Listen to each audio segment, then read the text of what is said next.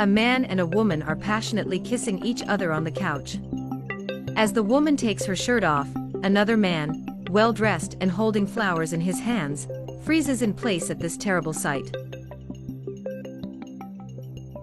That's when he decides to take his cell phone out and take some pictures of this treachery. He then puts his cell phone back in his coat and takes his white cane, calling for his beloved, telling her he's at home.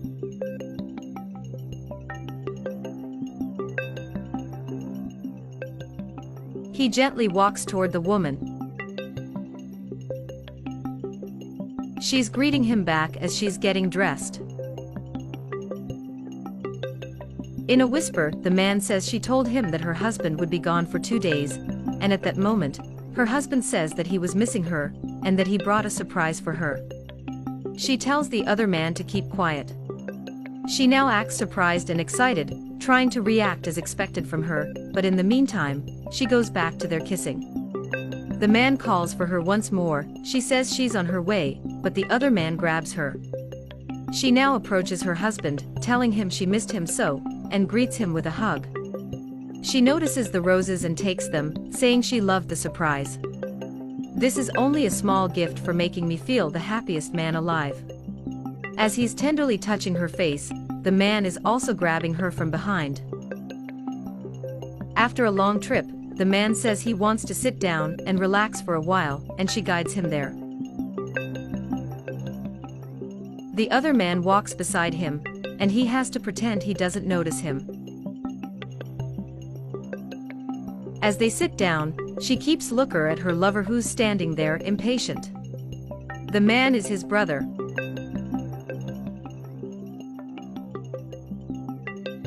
He asked her how did it go,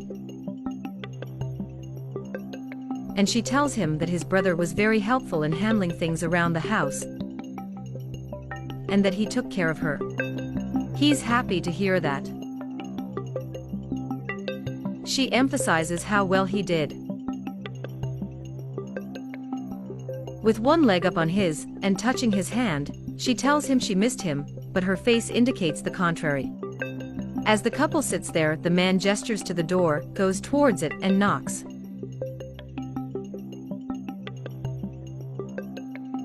Her husband asks who is it, and she suggests that it might be his brother at the door.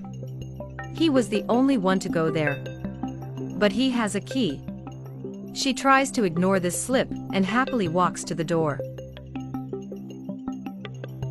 He teases her up and she jumps on him. The husband sees that, but he'll keep his act for a while.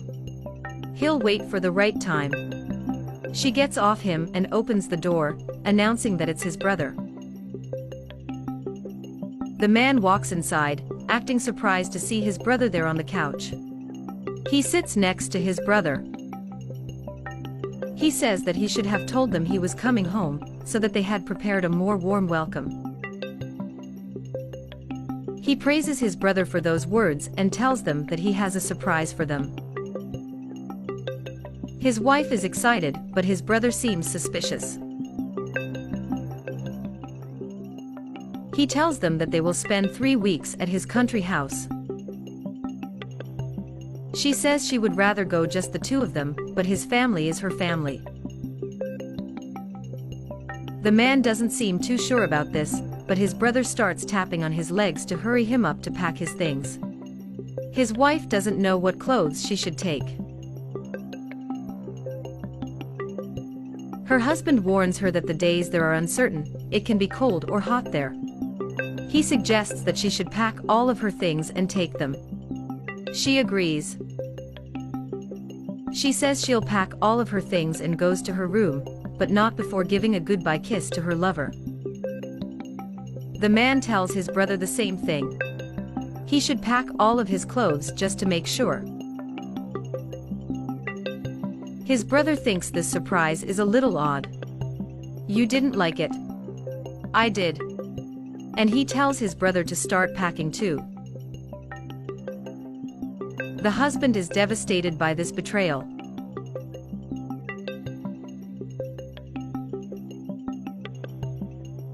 The young wife is very excited about this trip.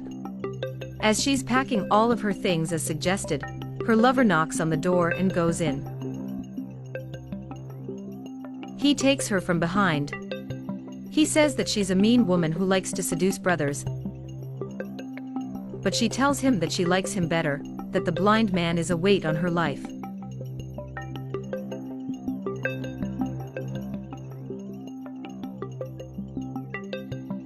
Those bastards. Right under my nose. His wife hears the noise from the white cane and asks if he's all right, but he tells her that it was just the sound of it falling to the ground.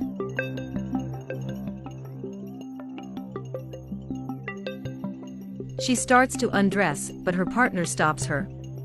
He tells her that they should come up with a plan to take everything from his brother.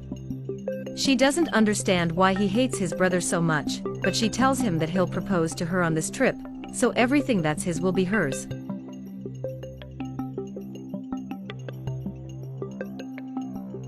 I am the one who deserves to be this rich. Why does a blind man needs all this money? He believes he's better than his brother. He also thinks that his brother will ask her to marry him, so that's why they should come up with a plan already. The husband walks to the door and tells his wife that he'll leave to buy something. She says she'll be ready when he comes back.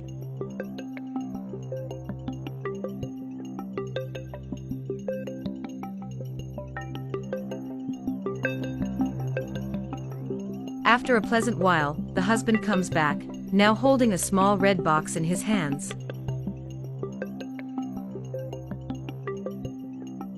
He goes back inside, looking around. He puts the box on the table and covers it with a small piece of cloth. After that, he tells his wife that he's home. She hears it and tells him she is coming. They gather themselves in the living room. The man says he's hungry, and the woman tells him to be patient, but her husband tells her that this will be his brother's last meal before their trip. He asks her to make something for them. They think is a good thing to eat before they leave, so his wife goes to the kitchen to check what they have in their fridge. As they wait, the brother takes his blind brother to sit. He sits beside him and says that's a beautiful day outside. He imagines it is. His brother moves his hand in front of his brother's face, smiling. He sees the woman carrying a food tray, and she says that these were in the fridge. Try it. The brother takes her hand, saying that's good. Her husband asks for some food, and she takes a small fruit. His brother licks it and she feeds it to her husband, while the brother laughs. She gestures for him to stop, and she feeds him another one.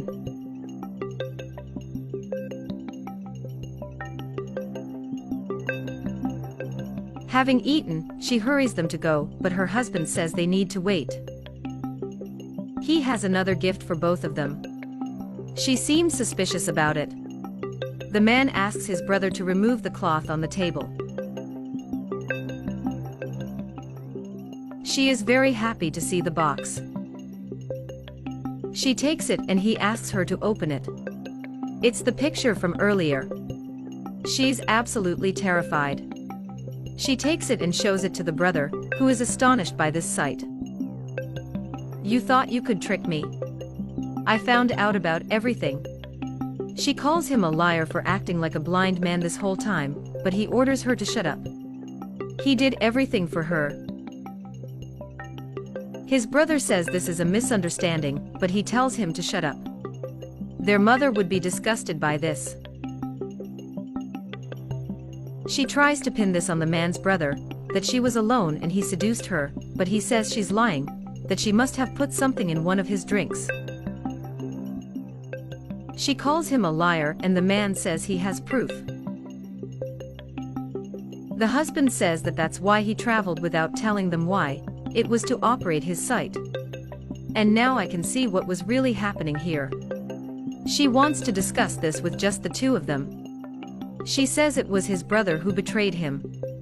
But being tied by blood, the brother asks him to believe in him, but he shouts at them, ordering them to leave his house. They're both trying to appeal to him, but he doesn't want to hear more of their lies. He raises his tone, demanding them to leave. They are insistent. They don't want to lose the good life they have.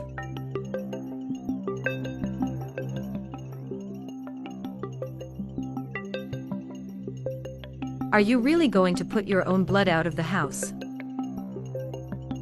You are my brother no more. And he hurries him out of the house. When the man opens the door, he takes the bags with their clothes and throws them out. He can only ponder about this enormous betrayal, which he had the displeasure to see.